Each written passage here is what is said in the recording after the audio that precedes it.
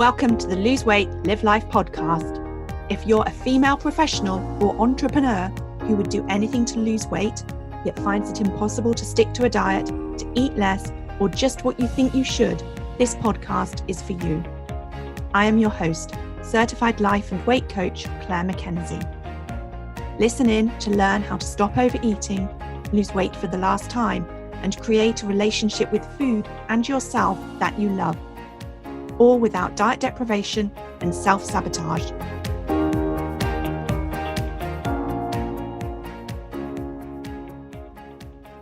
Hi everyone, welcome to the Lose Weight, Live Life podcast, episode number 60. Today is all about weight loss self-talk. Today we're going to look at how you can uncover your self-talk and use it, even if it's predominantly unsupportive, to help you with your weight loss journey. But first, I want to invite you to a free masterclass, 5 Steps to End Emotional Eating, that is taking place on Tuesday, the 26th of October at 7:30 p.m. the UK time. To find out all the details and register, go to www.thebestyou.coach/masterclass. This class is going to be full of actionable steps to help you understand your emotional eating and get your emotional eating in check so that you can create the relationship with food and yourself that you love and, of course, lose your weight. There's going to be a worksheet accompanying the class, and I'm going to be emailing this out to everyone who registers a day or two before the event. So do check out the details and sign up at www.thebestyou.coach/masterclass. And for those of you in a Lose Weight, Live Life program, thank you for sharing that you found the worksheet accompanying last week's podcast episode useful. I have created another one for you this week. Again, you will find it in your program portal and find a link to it in your private Facebook group, and it's called the Self-Talk Worksheet. Okay, so what is self-talk? Self-talk is your internal dialogue. It's the words that you think that you have running through your mind. Self-talk, according to Google, reveals your thoughts, beliefs, questions, and ideas. Self-talk can be both negative and positive. It can be encouraging and it can be discouraging. It can be compassionate and it can be critical. Understanding your self-talk and up-leveling it to support you creating the relationship with food and yourself that you want will make your weight loss journey quicker and easier. Shifting your self-talk from unsupportive to supportive is a life-changing skill to have. And when you master this as a part of your weight loss journey, you will be also able to use this skill in other parts of your life too. Self-talk that serves you is just one of many skills that you can learn to make your weight loss journey easier. That also is hugely beneficial in helping you improve other areas of your life. And I love that about the work that we do. Most of us have little awareness of our self-talk. We may kind of know that maybe we aren't quite as nice and respectful in the conversations that we have with ourselves as we are with others, but generally much of our self-talk takes place below or very low down in our level of consciousness. So are you aware of your self-talk? Are you aware when you're talking negatively to yourself and when you're talking positively? Take some time today to listen to that inner dialogue. Be curious as you notice thoughts that run through your mind like backing singers as you go about your daily routine. What's your self-talk saying to you? Is your self-talk useful? Do you feel better or worse after listening to it? I want you to know that your self-talk will change as your relationship with food changes. When you're working to create a better relationship with food and yourself so that you can lose weight, your self-talk will naturally evolve as a part of that process. When you're working at getting started, you may notice a lot of doubt and fear and resistance.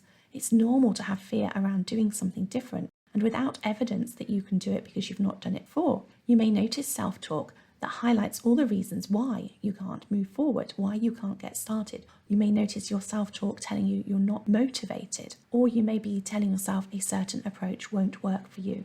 Then once you get started, you may notice that there's a honeymoon period where things feel new and exciting, and then the excitement wanes off. And then you notice self-talk reflecting that is you observing that the weight loss journey is a marathon and not a sprint.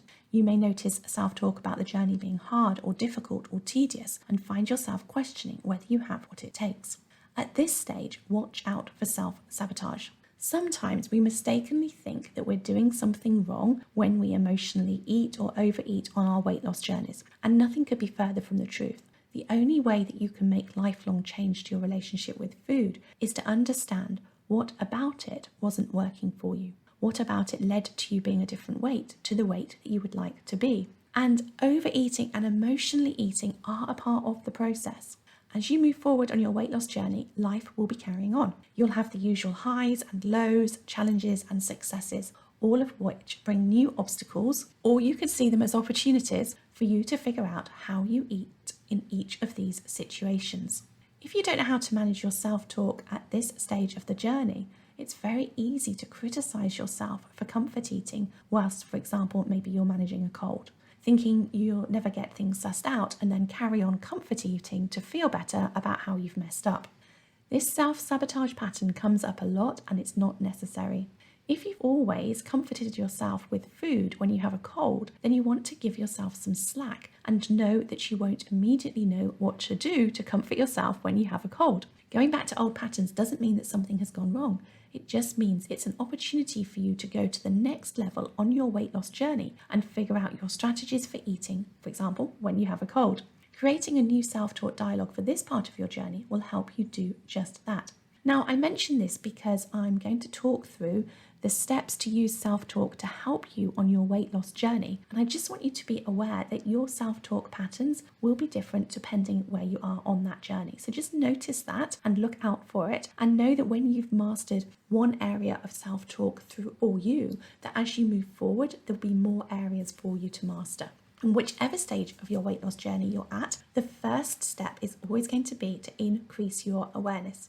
Some of us are all too familiar with the inner dialogue running in our head, but others of us have very little knowledge about what we're saying to ourselves, whether that's because we just block it out because we don't like it, or whether we're just so busy getting on with our lives. So set out on a mission to uncover your self-talk.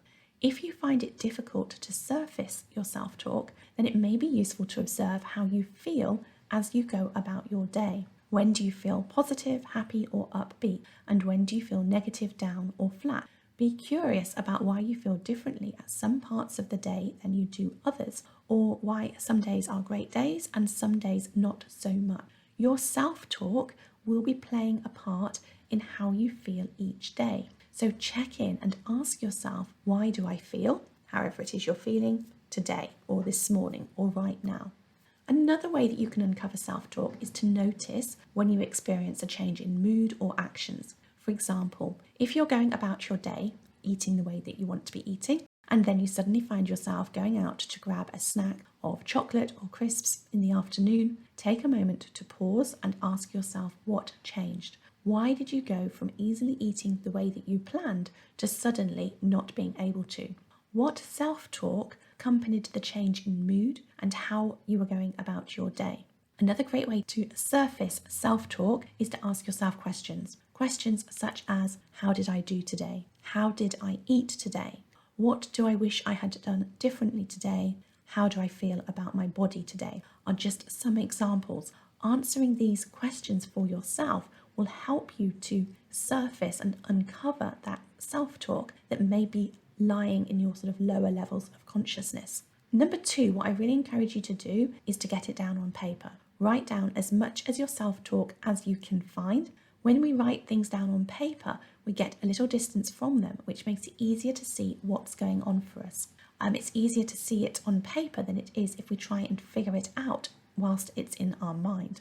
Also, when we write things down on paper, we can analyse them by asking questions to help us peel back the layers of whatever is going on for us. For example, an area of self-talk that's useful to increase your awareness of is your thoughts about when you've overeaten or eaten differently to how you planned.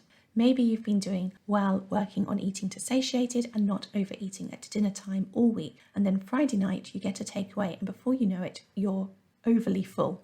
You might notice yourself saying things like, I've messed up again. I'm so greedy. I've undone all the hard work that I did during the week. I'll never change. I'm destined to be fat. I'm such a failure. I'm guessing listening to me say these words now, you can maybe feel the effects of them. It's easy to see that talking to ourselves in this way leaves us feeling exceedingly rubbish. And if we tend to eat to avoid feeling rubbish, then no guesses as to how the rest of the weekend is likely to unfold. So many of us have thoughts like this all the time about how we manage our food, our time, and our never-ending job list, and yet we don't even know it. Many of us don't know that we're talking to ourselves in this way because it's so normal.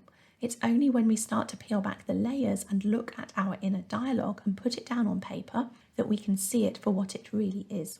A way of talking to ourselves, saying words that we would never in a million years say to another person.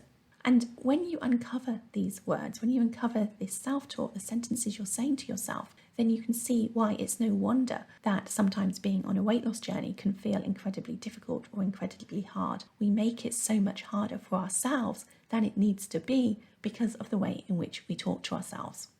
Step number 3, once you uncover your self-talk, as I said, you may not like what you hear. It can be easy to start to have negative self-talk about your negative self-talk, and that's not useful. If you feel frustrated with yourself for being self-critical, it's a sign that you're having some critical self-talk about your critical self-talk. Whilst you may notice your self-talk leaving you feeling truly rubbish, know that self-talk sentences are just thoughts, just sentences running through your mind, and you can allow them to run right on past and not believe them. Know that they are not true and that you don't have to listen to them. And know that negative self-talk is also your beacon, your guide to where you can acquire the greatest bang for your buck, shall we say, with intentional and positive self-talk. Allow yourself to see the negative gives you the opportunity to talk back in support of yourself. And step number 4 is doing just that. It's learning how to redirect your self-talk. Redirecting negative self-talk, not avoiding hearing it or stopping negative self-talk is the way forward. It's human nature, as I said, to judge others and ourselves. So don't go into battle with yourself thinking that you have to stop your negative self-talk. Instead, have a robust redirection strategy. That strategy should feel like the truth to you and it should be specific. So let's look at some examples. If you have a pattern of telling yourself, there's no point planning what I wanted to eat because I never stick to the plan, maybe telling yourself something like, I will keep planning and looking at why I eat differently until I figure this out. If you have a pattern of saying to yourself, it's too hard because I have too much weight to lose, then try something like updating your inner voice to say, every pound that I lose will have me feeling a little better. If you frequently find yourself thinking, I don't have time to do all the things I need to do to lose weight, then try saying to yourself, one small change a day, one day at a time is enough. A couple of things for you to think about. Your self-talk may not come in specific little bundles like the examples I gave here, okay? Often our self-talk is in sort of mass generalizations. I'm such a failure. I can't do this. I haven't got enough willpower to lose weight. If you notice this, then before you work on your redirects, you're going to want to tease out the specifics of your general pattern of negative chatter. When you say to yourself, I can't do this, ask yourself specifically, what is it I can't do, okay? You may answer yourself with, I can't lose weight. And then it would be useful to ask yourself the next layer, why do you tell yourself you can't lose weight? In response to that question, you might have about 10 different reasons, such as, I always regain it. I like chocolate and crisps too much. I haven't got time. I have to eat out for work. Someone brings cake into work every day. Okay, bingo. So now you have some self-talk you can work at redirecting. The other thing that I suggest you do as a part of practicing redirecting your self-talk is to try on different redirects. Remember I said they need to feel like the truth to you? The way that you know if you believe them is to say your thoughts out loud and see how they feel in your body. If you don't believe it, it will feel off. That's when you know you will benefit from tweaking what you're saying to yourself or trying a different self-talk approach.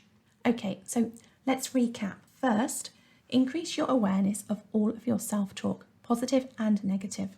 Secondly, make notes on paper so that you can get some distance from your self-talk and look at it with curiosity. Thirdly, catch yourself if you start to judge your self-talk.